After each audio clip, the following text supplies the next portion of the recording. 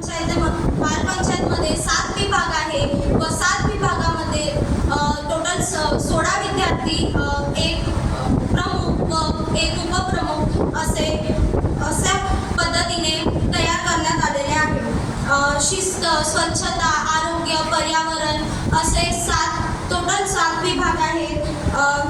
शिस्त विभाग सांगायचं तर शिस्त विभाग जसं शाळेत कुठला कार्यक्रम असला की विद्यार्थ्यांना सांभाळायचे, विद्यार्थ्यांना शिस्तीत कसं ठेवायचं हे बघण्याचे काम शिस्त विभाग करत असतो। स्वच्छता विभागासाठी आमच्या शाळेत हँडवॉश स्टेशन तयार करण्यात आलेलं आहे।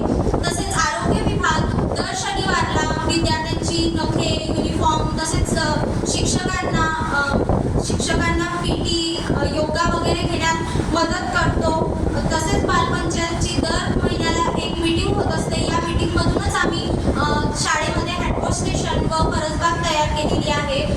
प्रत्येक वर्गात डस्टबिन सुद्धा आम्ही ठेवलेले आहेत। धन्यवाद।